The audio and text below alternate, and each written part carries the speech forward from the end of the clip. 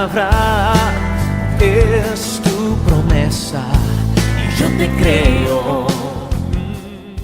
Segunda de Crónicas, capítulo 16, versículo 1 al 10.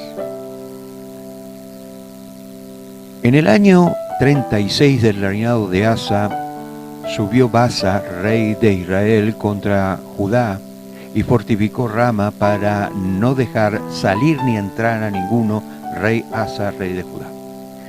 Entonces sacó Asa plata y oro de los tesoros de la casa de Jehová y de la casa real, y envió a Bet-Adán, rey de Siria, que estaba en Damasco, diciendo: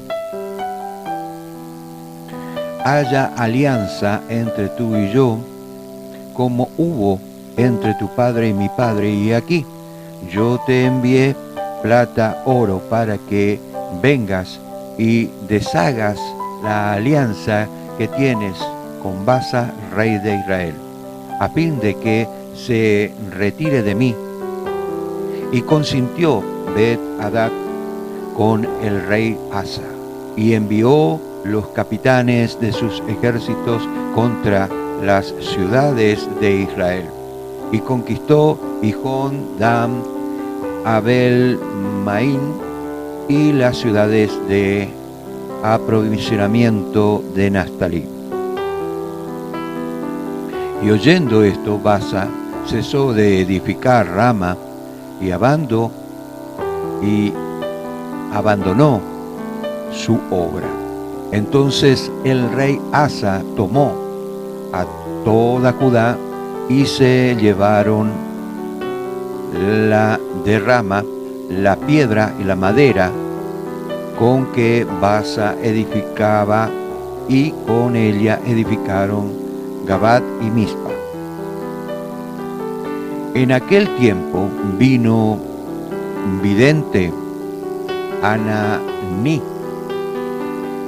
a Asa, rey de Judá, y dijo: por cuanto te has apoyado en el rey de Siria y no te apoyaste en Jehová tu Dios, por eso el ejército del rey de Siria ha escapado de tus manos, y los etíopes y los libios no eran un ejército numerosísimo, como con carros y mucha gente de a caballo.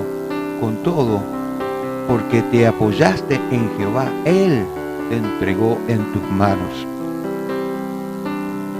Porque los ojos de Jehová contemplan toda la tierra, para mostrar su poder a favor de los que tienen corazón perfecto para con él. Locamente has hecho esto, porque de aquí en adelante habrá más guerra contra ti. Entonces se enojó Asa contra el vidente y lo echó en la cárcel, porque se encolerizó grandemente a causa de esto. Y oprimió Asa aquel tiempo a algunos del pueblo. Muy bien, la historia del rey Asa es la que voy a contar en esta mañana, junto con la de su hijo Josafat. El rey Asa se equivocó. De hecho, que se equivocó al querer hacer alianza con el rey de Siria a causa de sus enemigos, en vez de confiar en el Señor. Y de hecho que muchas veces el enemigo trata de que nosotros desviemos nuestra confianza en las cosas que vemos y no en las cosas que no vemos. Pero si tomamos en cuenta el principio de lo que es la Biblia, la palabra de Dios, el principio bíblico, nos vamos a dar cuenta que lo que se ve fue hecho de lo que no se veía, así que confiar en algo que se ve o en algo que aparentemente es seguro para nosotros es incierto. Para eso tenemos la fe, y la Biblia nos advierte que hay un enemigo en común que siempre va a estar batallando, guerreando para que nosotros no alcancemos la victoria. De hecho que esto nos muestra una vez más que muchas veces decidimos y decidimos mal, porque lo hacemos bajo nuestra directriz, bajo nuestra voluntad, creemos que las cosas pueden hacer así y después, ¿no es cierto?, atribuimos, ya sea que nos salga bien o que nos salga mal, a que Dios estuvo con nosotros. Cuando en realidad no es así. Asa pretendía, ¿no es cierto?, de alguna manera, ser una persona que creía en Jehová, un judío practicante, ¿no es cierto?, cuando en realidad lo que menos hacía era practicar. De hecho, que también nos habla la actitud que nosotros tenemos que tener, no solamente a las adversidades, sino también a las cosas que de repente se nos presenta día a día, al día a día. Y esto nos habla precisamente de tener una confianza en el Señor. Entonces, el profeta Ananí vio a Asa, vino a Asa, rey de Judá, y le dijo: por cuanto te has apoyado en el rey de Siria y no te apoyaste en Jehová tu Dios, por eso, el ejército del rey de Siria ha escapado de tus manos. Qué tremendo. No solamente esto ya venía premeditándolo, no solamente él le había pagado para que le dé una ayuda, sino también que lo iba a traicionar. ¿Cómo es el ser humano que cuando dice creer en Dios hace las cosas como que está haciendo la voluntad del diablo?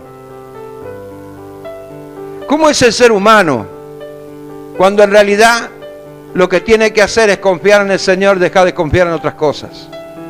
Asa estaba confiando en sus propias fuerzas, sin embargo él decía ser un creyente. Asa estaba confiando, ¿no es cierto?, en el poder económico que tenía y no en Dios. Sin embargo le hizo recordar el profeta lo que había vivido tiempos atrás, cuando vinieron los etíopes, gran número de gente, de a caballos, carros, que junto con los sirios querían avasallar al pueblo con simplemente dos tribus. Mire, pero sin embargo, Dios, cuando nosotros estamos dentro de la cobertura de Dios, no quiere decir que seamos perfectos, pero estemos dentro de la cobertura de Dios, somos fieles al Señor, Él nos guarda.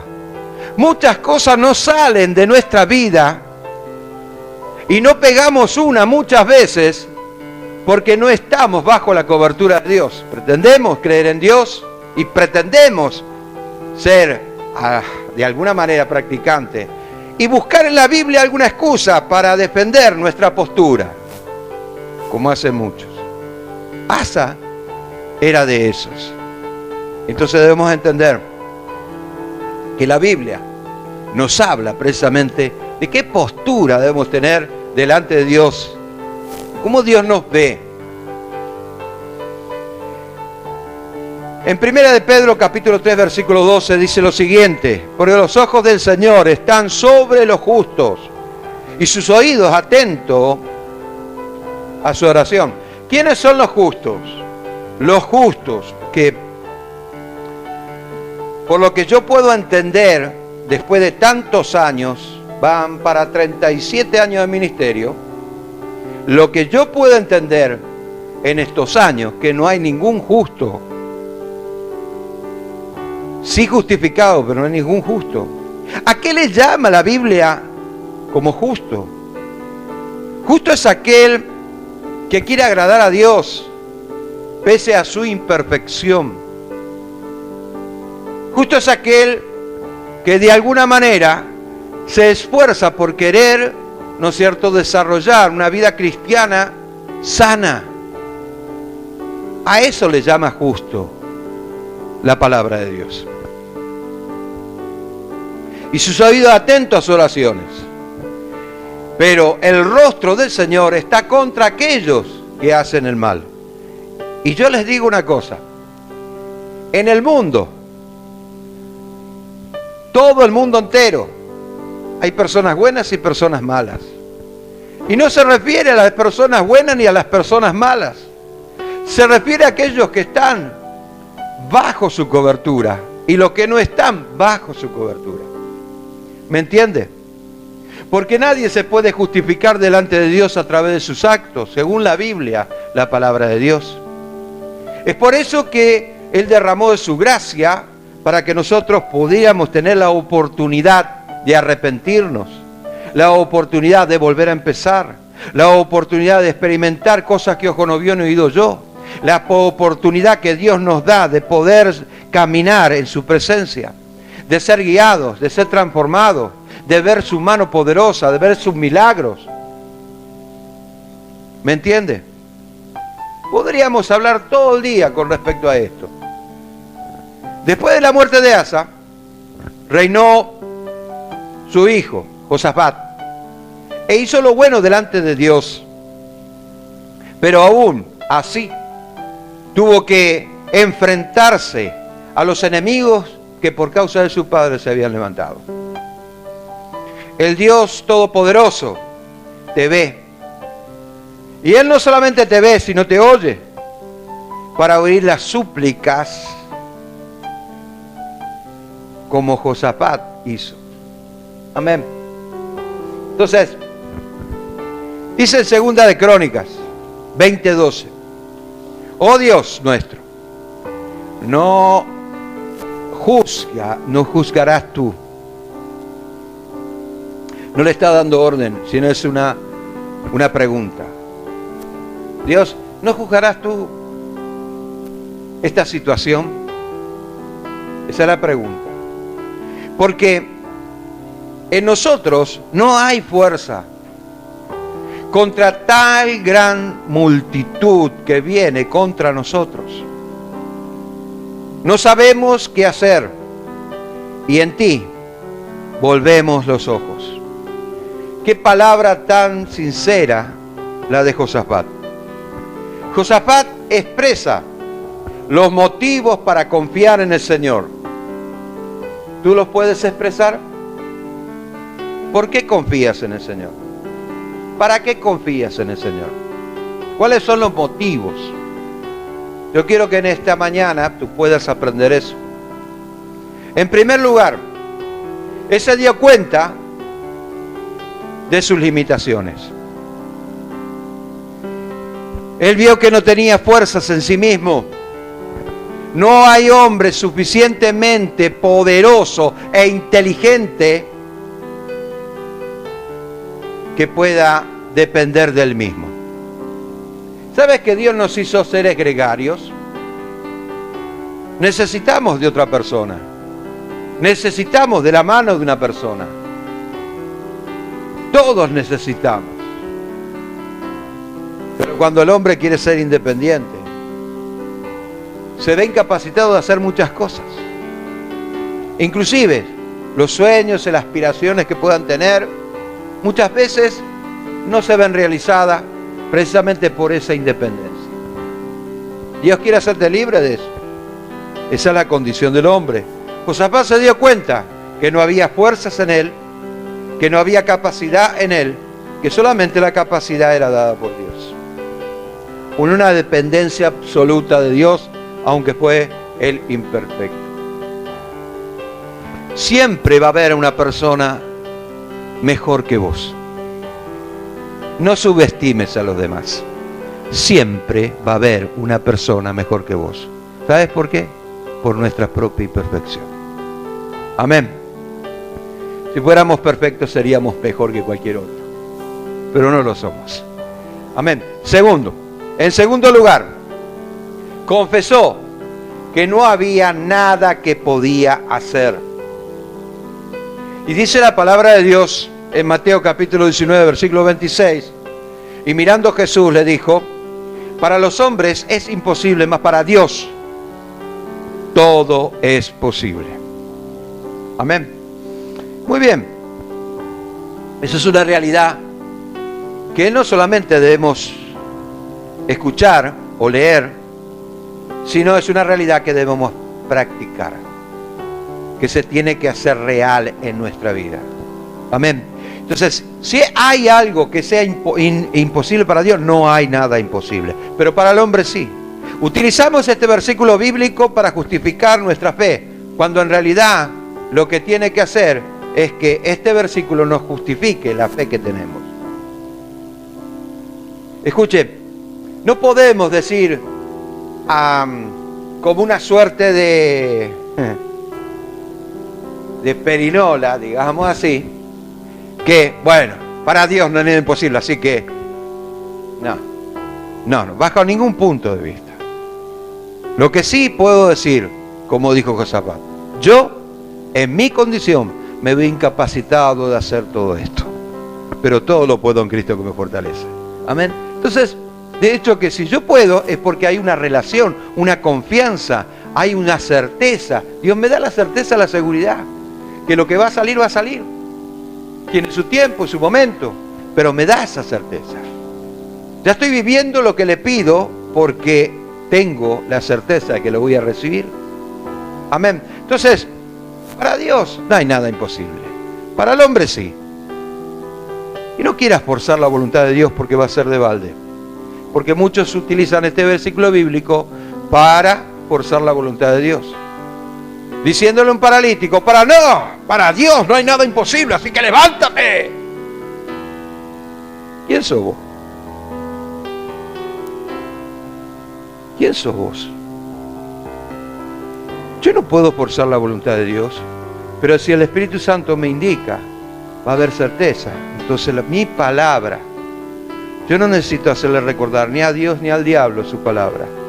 Simplemente la orden va a hacer que ese paralítico se levante. Quiero que entiendan eso. Es un principio bíblico, nada más que muchas veces queremos agarrar algunos textos y otros no. Y pasamos por encima ciertos textos que son principios de la palabra de Dios. Es terrible. Esto es lo que mostró Josafat. Escuche, yo acá estoy haciendo una exégesis bíblica. Esto es lo que mostró Josafat, lo que dio a entender. Señor, estamos en tus manos. Ten misericordia. Yo sé que para vos no hay nada imposible. Para mí sí, porque me veo imposibilitado de hacer. Si te place, ayúdame. Y si no, está en tus manos. Mire qué tremendo. En tercer lugar, hizo una cosa acertada. Puso sus ojos en el Señor. Quiero que entiendan. Nuestra mirada siempre tiene que encontrarse con la mirada de Dios. ¿Me entendió? La pregunta que le hago a cada uno de ustedes. ¿Qué es lo primero que observa? Atienda bien, escucha bien lo que yo le digo. ¿Qué es lo primero que observa? Dígame.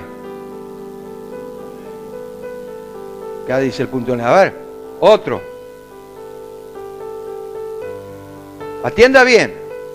¿Qué es lo primero que observa? Atienda bien. Fondo blanco. Muy bien. Otro. Vamos, vamos. Uno dice punto negro, otro dice fondo blanco. Vamos. Amén. Bueno, muy bien. A veces están tan enfocados en los problemas que no perciben que la solución es más grande. Ahora vayamos al otro. Atienda bien. ¿Qué es lo primero que ve? Ya cambio, ¿cómo cambia? Por las dudas digo el fondo negro. Venga, otro. A ver. El fondo blanco. Hay muchos que hacen fondo blanco, pero no es precisamente con él. Muy bien. Otro. ¿Qué dice? ¿Qué es lo primero que ve? Vamos, vamos, vamos. No sé, si no acertó, no importa. Lo importante es que participó igual. A ver, otro. Punto blanco. Muy bien. A veces estamos tan enfocados en las cosas buenas que no percibimos las cosas malas. Escucha, y acá viene la receta. Poner nuestra atención en el Señor sin dejar de ver los obstáculos. Esa es la solución. Y escuche. Sí, por favor, vale, otro. Venga.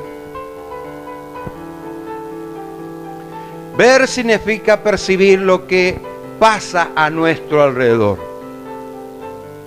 ¿Ok? Mientras que observar es ponerle atención a eso que estamos viendo. Quiero que entiendan que esto es muy importante para confiar en el Señor. Yo confío en el Señor y confío ciegamente, pero no dejo de ver los problemas que están alrededor. ¿Está mal o está bien? Ahora, yo confío en el Señor y confío ciegamente y no me importa lo que pase a mi alrededor. ¿Está mal o está bien? Quiero que entiendas que vos no vivís dentro de una botella. Y un fanático religioso se enfoca nada más que en lo bueno y no ve lo malo, lo que está sucediendo a su alrededor. Sin embargo, la Biblia nos habla, nos advierte que en el mundo tendremos aflicciones. Quiere decir que nuestra atención no está en el mundo, está en el Señor, pero no podemos dejar pasar de lado lo que está aconteciendo. Porque lo que está aconteciendo nos advierte y nos enseña, y Dios a través de las circunstancias, ¿no es cierto?, aprendemos de Él a hacer la voluntad de Dios. ¿Confiamos en el Señor? ¿En qué nos estamos enfocando? ¿Y qué es lo que estamos viendo? ¿Aprendió algo esta mañana? El secreto es poner nuestra mira. ¿Cuántas veces dijimos eso? Millones de veces. O mejor dicho, nuestra esperanza en las promesas de Dios. O en los propósitos de Dios. O vayamos de vuelta al punto blanco y el punto negro. ¿En la promesa de Dios o en los propósitos de Dios? Hello. Le estoy haciendo un análisis psicológico a usted. ¿En qué se enfoca?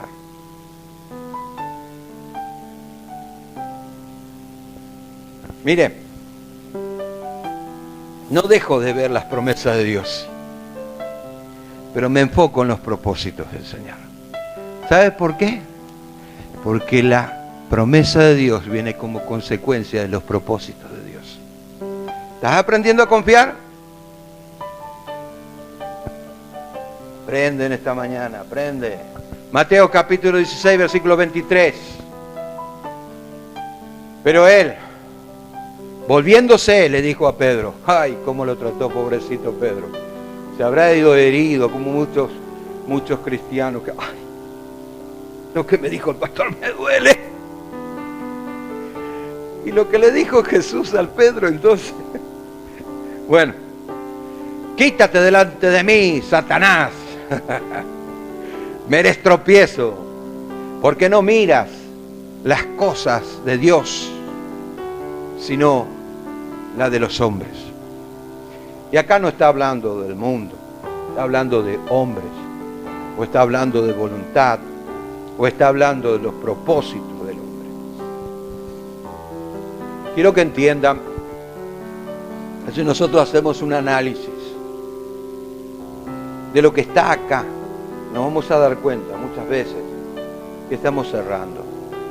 Le dice Satanás porque obviamente la palabra significa adversario, contrario. Eres contrario, Pedro. Te estás poniendo en el lugar de un adversario, Pedro. No me digas lo que yo tengo que hacer porque lo tengo que cumplir. Eso es lo que le quiso decir a Pedro. Amén. Esta actitud de sinceridad y humildad de Josafat agradó a Dios. ¿Y qué le dijo? Segunda de Crónicas 20:15. Y dijo, oí Judá y todos vosotros, moradores de Jerusalén, y tú, rey Josafat, Jehová os dice así: no temáis, ni os amedrentéis delante de esta multitud tan grande, porque no es vuestra la guerra, sino de Dios. A veces, cuando vemos que la multitud de problemas nos están agobiando, nos asustamos, nos rodean. Debemos tomar en cuenta que si tú tienes la misma actitud de Josafat, y quiero que entiendas, son principios bíblicos, que si tú tienes la misma actitud de Josafat, Dios dice estas mismas palabras. Y muchas veces nosotros, no me lo dijo a mí, se lo dijo a Josafat. No, pará. Dios habla a través de la palabra. Y hay tipologías en la palabra que nosotros debemos respetar. Segunda de Crónicas 20:17. No habrá para que peleéis vosotros, ni te molestes en levantar un brazo bajo tu propia dirección o tu propia voluntad. En este caso, paraos y estad quietos, y ved la salvación de Jehová con vosotros, oh Judá y Jerusalén. No temáis, ni desmayéis. Salid de mañana contra ellos, porque Jehová estará con vosotros. ¡Qué grande! En las guerras de Dios no tenemos que pelear en forma física, sino debemos tomar posesión de lo que ya el Señor nos dio, no de aquellos que inciertamente, porque hay muchos que es mío, esto es mío, por la fe, y resulta ser de que pues se desengañan porque están utilizando mal, ¿no es cierto?, lo que es la fe, lo que es la proclamación. Esto no es nada, no tiene nada que ver con la voluntad de Dios. Es tu voluntad, no podés forzar la voluntad de Dios, ya lo dijimos. Entonces, las peleas que nos ofrece el enemigo día a día, no se debe pelear físicamente o psicológicamente, sino espiritualmente, abordando la voluntad, y como decía Pedro, la voluntad bienaventurada, para que con ella crezcamos. Entonces, de hecho que esto nos habla a las claras de que en todo momento tiene que haber una dependencia. En todo momento nosotros debemos confiar en el Señor. Pero ¿cómo confiamos en el Señor? Y muchas veces nos construimos una muralla alrededor y decimos, no, yo estoy confiando en el Señor, yo estoy confiando en el Señor. Y nadie te va a poner en tela de juicio lo que vos decís. Porque ciertamente una persona que dice eso porque está convencida, pero hay una cosa, hay un convencimiento intelectual y un convencimiento espiritual. Amén. Ok, muy bien, ahora sí. Si no, debemos tomar posesión de lo que Dios ya nos dio. Segunda de Crónicas, capítulo 20, versículo 20, dice la palabra de Dios, 20 y 21, dice: y cuando se levantaron por la mañana y salieron al desierto de Tecoa, mientras ellos salían, Josafat, estando en pie, dijo: oídme, Judá y moradores de Jerusalén, creed en Jehová vuestro Dios y estaréis seguros. Creed en sus profetas y seréis prosperados. ¿Por qué dice creer? Viene Juan de los Paldotes diciendo que es profeta, y yo porque quiero ser prosperado, porque la palabra de Dios lo dice, ¿no es cierto?, le creo lo que él está diciendo. No es así. ¿Sabe lo que significa? Le voy a decir lo que significa. Profeta es hablar por Dios. Cuando uno habla por Dios, o sea, es el portavoz de Dios, Entonces, está transmitiendo la voluntad de Dios. Y cuando nosotros practicamos la voluntad de Dios, en lo que hacemos somos prosperados. ¿Me entiende? Porque de esta manera nosotros experimentamos y no somos que al azar de repente la pegamos y estamos haciendo la voluntad de Dios, pero yo ni sé, pero de repente no estoy haciendo la voluntad, y así va el hombre, así va el cristiano. ¿No es cierto? Con una pelota que se tira y que no sabe para qué lado va a caer. Por ahí cae bien, ¿no es cierto? Y si cae bien está haciendo la voluntad de Dios, pero si se cae mal, Dios no actúa así. Dios da certeza, Dios da seguridad. Versículo 21. Y habiendo consejo con el pueblo, puso a algunos que cantasen y alabasen a Jehová. Mire qué desconcierto iba a tener el ejército de capitanes, hombres experimentados de guerra que practicaban todos los días y estaban a full con el tema de las espadas y un montón de armamento que tenían, conocían todo, las sabían todo, tenían, ¿no es cierto?, la capacidad de pelear cuerpo a cuerpo. Era algo tremendo. Sin embargo, dijo Josafat: hey, pónganme en alguno a cantar alabanza. A cantar alabanza a Jehová. Vestidos de ornamentos sagrados. Si yo me voy a detener en lo que es la vestidura, obviamente vamos a tener que hablar de identidad. Mientras salían la gente armada y que dijesen: glorificad a Dios, porque su misericordia es para siempre. ¿Y sabe qué sucedió? Dios les puso espada contra espada, se pelearon entre ellos, se mataron, y ellos lo único que fueron a recoger el botín. Dios hace esas cosas y más. Amén. Pero solamente tenés que saber entender. Por eso es que mi preocupación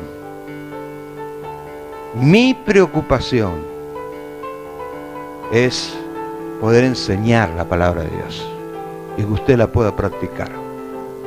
Es tu palabra, es tu promesa, y yo te creo.